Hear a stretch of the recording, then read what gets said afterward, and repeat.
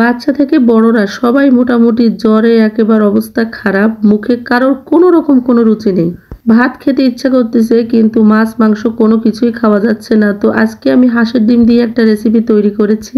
রেসিপিটা আলহামদুলিল্লাহ এত মজা হয়েছিল যে সবাই মোটামুটি দুটো ভাত খেতে পেরেছিল।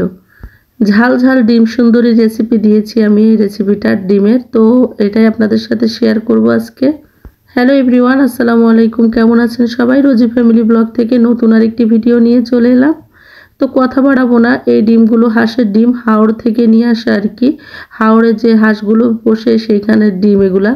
অনেকে হয়তো ভাববেন যে হাঁসের ডিম বাইরে রেখেছি এইভাবে কেন, পরিষ্কার করে না কেন? পরিষ্কার করে রাখলে কিন্তু বাইরে রাখা যায় না, আর এটা নষ্ট হয়ে যায়। ফ্রিজে তেমন কোনো জায়গা নেই এত ডিম রাখার, এই জন্য আমি বাইরেই রেখেছি। আর ডিমটা একেবারে যে ঠান্ডায় থাকবে না তা না, এটা ঠান্ডাই থাকবে, কারণ এই রুমে এসি আছে। তো এসির বাতাসে এমনিতেই পুরো রুমটা সবসময় ঠান্ডা থাকে, তো আমি এখানেই রেখেছি। এখন আমি ডিমগুলোকে ভালো করে ধুয়ে নিচ্ছি। ধুয়ে নিয়ে এই যে দেখতেই পাচ্ছেন ফ্রাই প্যানের ভিতরে পানি দিয়ে দিয়েছি। আর পানিগুলো সুন্দর করে যখন এই পর্যায়ে একটু উতরে যাবে তখন কিন্তু আমি হাঁসের ডিমগুলো এক এক করে এই পানির ভিতরে দিয়ে দেবো। এটা কিন্তু আমি কোনো রকম ভেজেও নিব না, সিদ্ধ করেও নিব না আলাদা করে। যেহেতু রেসিপির নাম দিয়েছি ডিম সুন্দরী, একদম ঝাল ঝাল করে, তো ডিম সুন্দরী হতে গেলে তো ডিমটা দেখতে সুন্দর হতে হবে। এই জন্য কিন্তু আমি এইভাবে, এটা আমার মতো করে আমি রান্না করছি আর কি। তো ডিমগুলো এই পানির ভিতরে দিয়ে দিয়েছি, আর কিছুক্ষণ পরে আমি এটাকে নামিয়ে নেব একটা একটা করে। সুন্দর করে শক্ত হয়ে যাবে, খুব বেশি শক্তও হবে না, দেখতেই পাচ্ছেন। এই অবস্থায় কিন্তু আমি সবগুলো ডিম নামিয়ে নিচ্ছি। আর ডিম কিন্তু পানির সাথে হয়ে যাবে না, যেটা শক্ত থাকার সেটা কিন্তু থেকেই যাবে।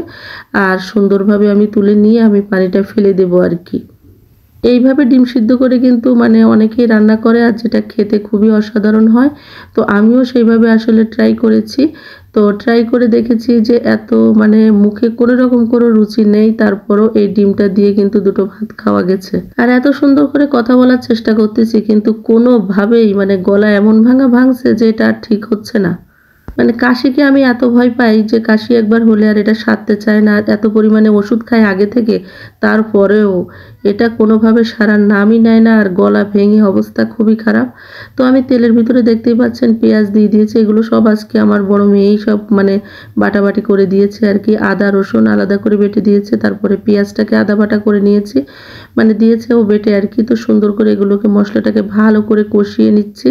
আর আমি কিন্তু এর ভিতরে এখনই লবণ দেইনি, এর ভিতরে মরিচের গুঁড়া দিয়ে দিলাম। আর মরিচটা কিন্তু আমি একটু বেশি করিয়ে দিচ্ছি, কারণ একটু ঝাল ঝাল না হলে মুখে একদমই কোনো কিছু লাগছে না, সব কিছুই মিষ্টি মিষ্টি মনে হচ্ছে আর কি। তো আমি এর ভিতরে ঝাল দিয়ে দিয়েছি, তারপরে এর ভিতরে হলুদ গুঁড়া, তারপরে দিয়ে দিব সামান্য ধনিয়া আর জিরার গুঁড়া দিয়ে, তারপরে এর ভিতরে দিয়ে দিয়েছি টমেটোটাও আমি সুন্দর করে বেটে নিয়েছি। আজকে আর ব্লেন্ডার করতে পারিনি, হালকা করে বেটে নিয়েছি, যেহেতু ফ্রোজেন করে রাখা ছিল, বাটতে একদমই কষ্ট হয়নি। সুন্দর করে বেটে নিয়ে তারপরে এটাকে সুন্দর করে কষিয়ে নেব। এখন আমি লবণ দিয়ে দিয়েছি, ভালো করে কষে নিয়ে উপরে তেল উঠে গেলে আর একদম নিচে লাগা লাগা মতন হয়ে গেলে তারপরে কিন্তু আমি এর ভিতরে পানি দিয়ে দিব। আর দিয়ে দিয়েছি কয়েকটা শুকনো মরিচ ভাজা, আর দিয়ে দিয়েছি কাঁচা মরিচ চিড়ে দিয়ে দিয়েছি। মশলায় যেন কোনো রকম কোনো কাঁচা গন্ধ না থাকে, তার জন্য ভালো করে এটাকে মানে কষিয়ে নিতে হবে পানি দিয়ে। ভালো করে কষিয়ে নিয়ে তারপরে এর ভিতরে আমার ডিমটা দিয়ে দিব। ডিমটা কিন্তু মশলাটা কিন্তু কয়েকবারই আমি কষিয়ে নিয়েছি। ডিমটা দিয়ে বেশি নাড়াচাড়া করব না, যাতে ডিমটা ভেঙে না যায়, একদম সুন্দরভাবে থাকে আর ভিতরটা নরম থাকবে, কুসুম শক্ত হয়ে যাবে না একেবারে, ঠিক এরকমভাবে আমি রান্নাটা করে নেব। টমেটোটা দেওয়াতে কিন্তু এর কালারটা অসাধারণ হয়েছে, দেখতেই পাচ্ছেন। আর এর ভিতরে সামান্য পরিমাণে আমি একটু চিনি দিয়ে দিব স্বাদটা ব্যালেন্স রাখার জন্য। এটা আমার আম্মা বলে যে কোনো তরকারি রান্না করার সময় রান্নার শেষে যদি সামান্য পরিমাণে একটু চিনি দেওয়া হয় তাহলে কিন্তু স্বাদটা অটুট থাকে।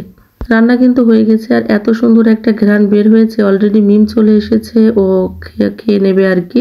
তো ওকে বেড়ে দিয়ে দিচ্ছিলাম, তারপরে আমিও খাবো। ভিতরটা দেখতে পাবেন এত সুন্দর নরম মানে হয়েছে, কুসুমটা একেবারে শক্ত হয়ে যায়নি। এদিকে দরজা বন্ধ করে ভয়েস দিচ্ছি, তার ভিতরে দরজার কাছে চলে এসেছে অলরেডি মুস্কান আর মাহাদি। তো দেখতেই পাচ্ছেন রান্নাটা কিন্তু হয়ে গেছে, একদম উপরে তেলোটা মতন করে। তো রান্নাটা কেমন হয়েছে অবশ্যই কমেন্টে জানাবেন। আর এটার আমি নাম দিয়েছি ডিম সুন্দরী, তো অবশ্যই কমেন্টে জানাবেন কেমন হয়েছে। তো এখন আমি খেয়ে নেব, সেটাই আপনাদের সাথে শেয়ার করব। দেখতেই পাচ্ছেন যে ডিমটা কত সুন্দর নরম, ভিতরে নরম রয়েছে, একদম কোনো রকম কোনো শক্ত হয়ে যায়নি। আর মাশাআল্লাহ আলহামদুলিল্লাহ খুবই ভালো হয়েছিল। অবশ্যই এভাবে একটাবার হলো আপনারা ট্রাই করে দেখবেন। আর ভিডিওর কোথাও কোনো অংশ যদি ভালো লেগে থাকে লাইক কমেন্ট শেয়ার করে আমার পেজের পাশে থাকবেন। আমার একটা ইউটিউব চ্যানেল আছে, চাইলে ভিজিট করে আসতে পারেন। আজকে এ পর্যন্তই। আল্লাহ হাফেজ।